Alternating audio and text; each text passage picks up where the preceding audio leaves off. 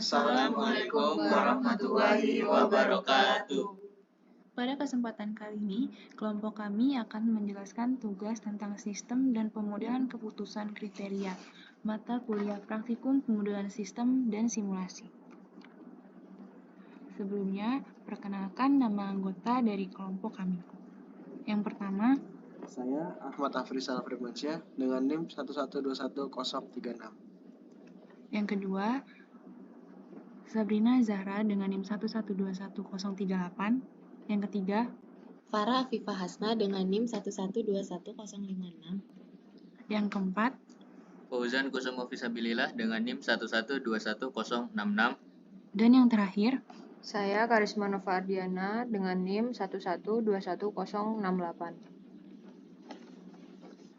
1. Latihan 4 tentang diagram input-output. Dengan soal, susun diagram input-output pada kasus 1. Sistem pengembangan industri komponen otomotif, 2. Sistem pendidikan, dan 3. Sistem pengembangan perbankan. Untuk yang pertama yaitu sistem pengembangan industri komponen otomotif, di mana inputnya itu adalah tenaga ahli di bidang teknologi otomotif, mesin-mesin produksi, bahan baku, dan dana. Lalu untuk diprosesnya adalah desain, proses produksi, pengujian kualitas, dan distribusi. Nah, outputnya adalah mesin otomotif, transmisi otomotif, sistem kelistrikan otomotif, dan komponen-komponen otomotif lainnya.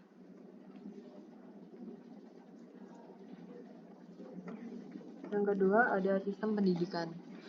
Untuk input di sistem pendidikan ini ada anggaran dan sumber daya, terus ada kebijakan dan standar pendidikan, ada kebutuhan pendidikan masyarakat dan industri, terus juga ada kurikulum dan bahan ajar, ada tenaga pengajar dan fasilitas pendidikan, dan yang terakhir ada evaluasi dan penilaian hasil belajar siswa.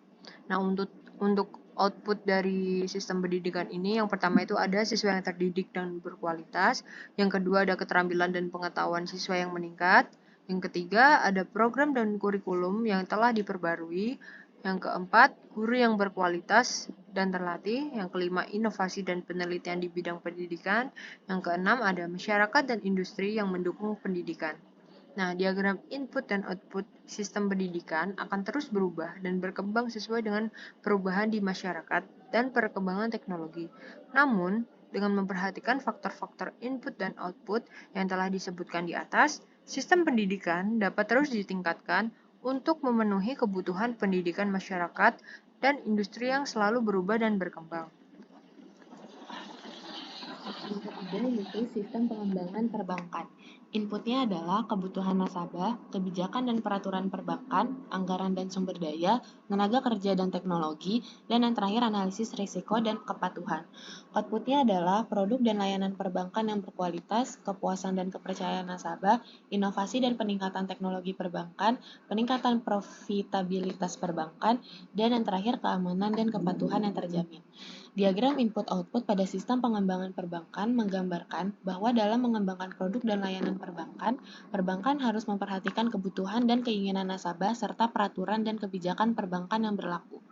Perbankan juga harus memperhatikan faktor-faktor input lainnya seperti anggaran, sumber daya, tenaga kerja, teknologi, analisis risiko, dan kepatuhan.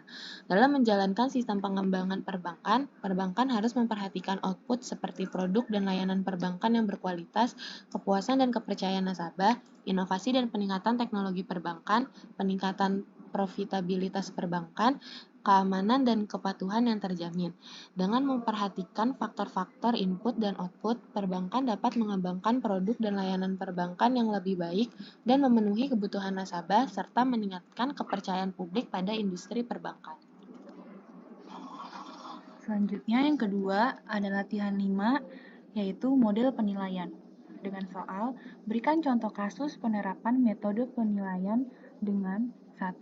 Terukur jelas, 2. Skala ordinal, 3.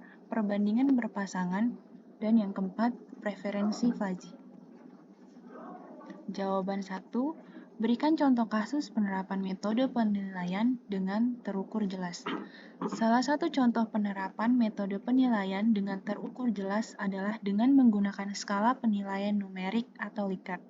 Misalnya, dalam konteks penilaian kinerja karyawan, seorang atasan dapat memberikan skala penilaian 1 hingga 5 untuk menilai kinerja karyawan dalam beberapa kriteria seperti produktivitas, kualitas pekerjaan, keterampilan interpersonal, dan sebagainya. Dalam hal ini, setiap skor memiliki deskripsi terkait tingkat pencapaian atau keberhasilan karyawan dalam kriteria yang dinilai. Misalnya, skor 1 dapat berarti tidak mencapai target atau butuh perbaikan signifikan, sementara skor 5 dapat berarti sangat baik atau mencapai target secara konsisten. Dengan menggunakan metode penilaian ini, hasil penilaian kinerja karyawan dapat diukur secara objektif dan terukur, karena skala penilaian yang digunakan sudah jelas dan terstruktur.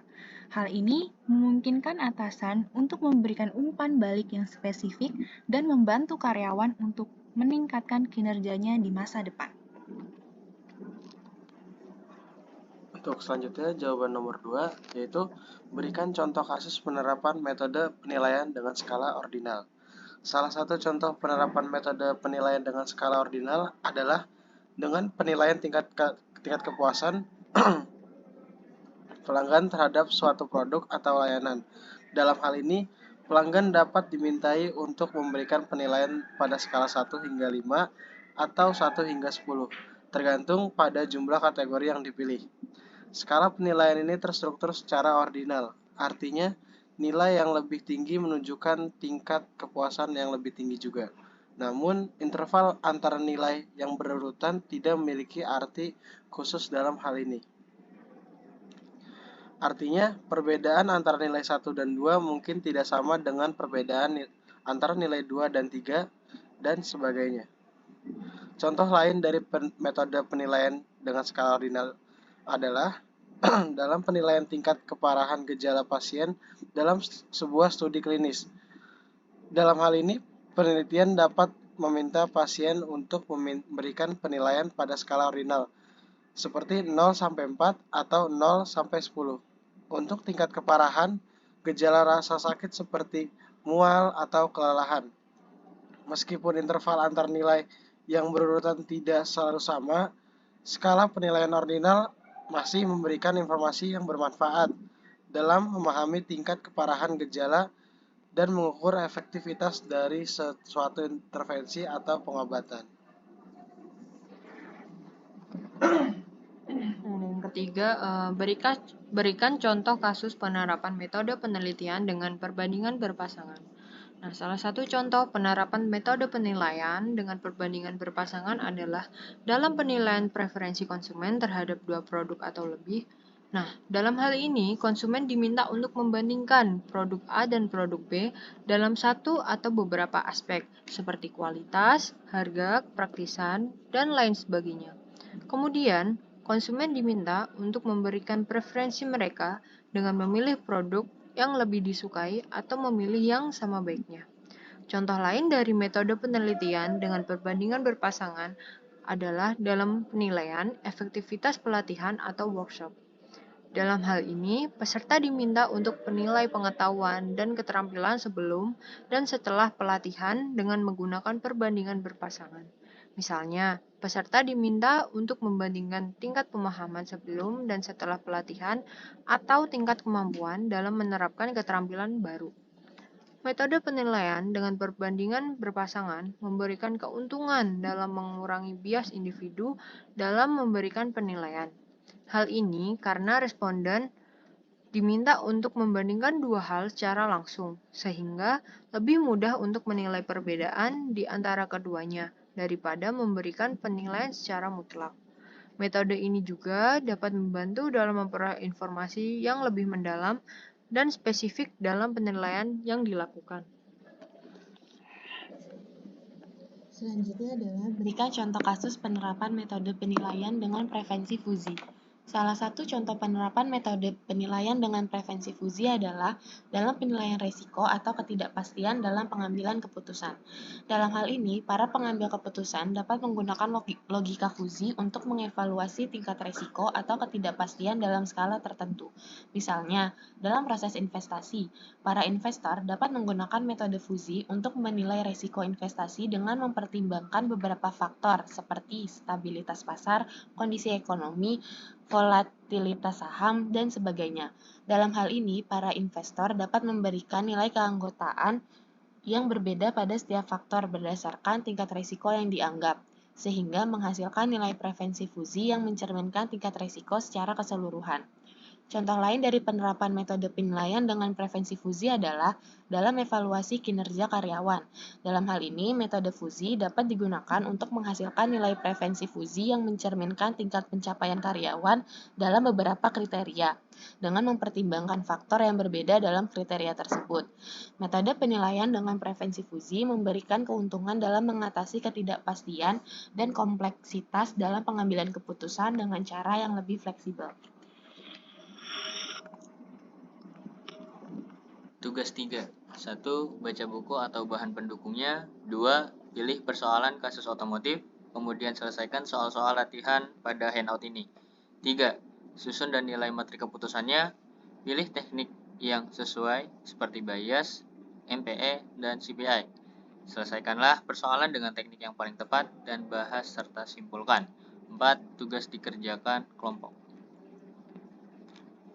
Untuk jawabannya tersendiri, kita menggunakan contoh studi kasus fokus pada material handling pada warehouse tire dengan metode penilaian ordinal atau generik dengan penilaian 1 sangat kurang, 2 kurang, 3 biasa, 4 bagus, 5 sangat bagus. Dengan alternatif yang pertama itu ada conveyor, yang kedua ada forklift, yang ketiga ada hoist crane. Dengan kriterianya 1 jarak, 2 waktu, 3 harga, 4 kapasitas. Untuk tabel tersendiri, untuk alternatif itu ada conveyor, forklift, dan hoist crane. Dengan kriteria yang sudah dijelaskan ada jarak, waktu, harga, dan jumlah barang. Dengan bobot, ada buyers dan MPE. Untuk jarak, bobot buyersnya tersendiri itu ada 0,2, waktu 0,3, harga 0,2, dan jumlah barang itu 0,3. Untuk bobot MPE, pada jarak mendapatkan skor 2, waktu 3, harga 2, jumlah barang 3. Untuk conveyor tersendiri, untuk jarak mendapatkan nilai 4, waktunya itu 5, harga 4, jumlah barang 3. Forklift, jarak mendapatkan nilai 5, waktu 5, harga 4, jumlah barang 3. Untuk hoist crane mendapatkan nilai 4 pada jarak, waktu 3, harga 3, jumlah barang 5. Untuk nilai keputusannya tersendiri, untuk alternatif conveyor mendapatkan nilai keputusan buyers 4 dan MPE 184. Alternatif forklift mendapatkan nilai keputusan buyers 4,2 dan MPE 193. Dan hoist crane mendapatkan nilai keputusan untuk buyers 3,8 dan MPE-nya 177. Untuk peringkat pertama itu ada forklift, yang kedua ada conveyor, dan ketiga ada hoist crane. Kesimpulannya sendiri dapat disimpulkan dalam pengadaan alat material handling dengan ketentuan kriteria dan alternatif seperti data yang telah digunakan, dapat disimpulkan prioritas pembelian pertama tertuju pada forklift dengan nilai buyers dan MPE tertinggi. Selanjutnya terdapat conveyor dan alternatif terakhir yaitu hoist crane. Sekian presentasi dari kelompok kami, kurang lebihnya mohon maaf. Wassalamualaikum warahmatullahi wabarakatuh.